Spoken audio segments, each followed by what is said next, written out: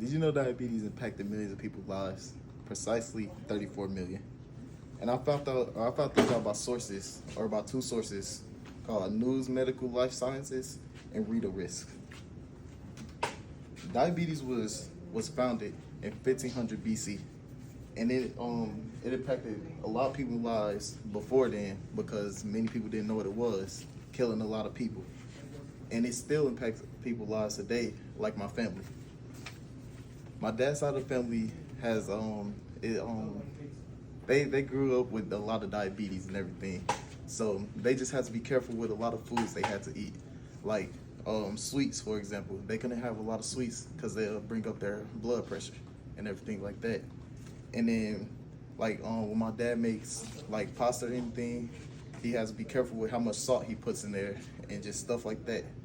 And it also impacts their lives by how much they have or how they have to put meds in their food, meds in their before they go to sleep, and meds when they wake up.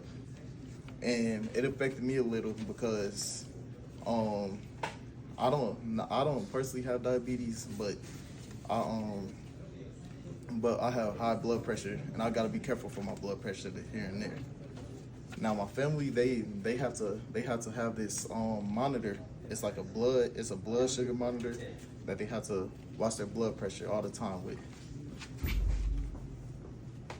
And it lets them know if they're on the right track and anything.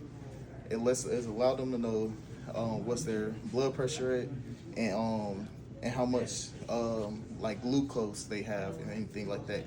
They have to give blood a lot just to see how they're doing, and they always have to stay fit, which we should always do.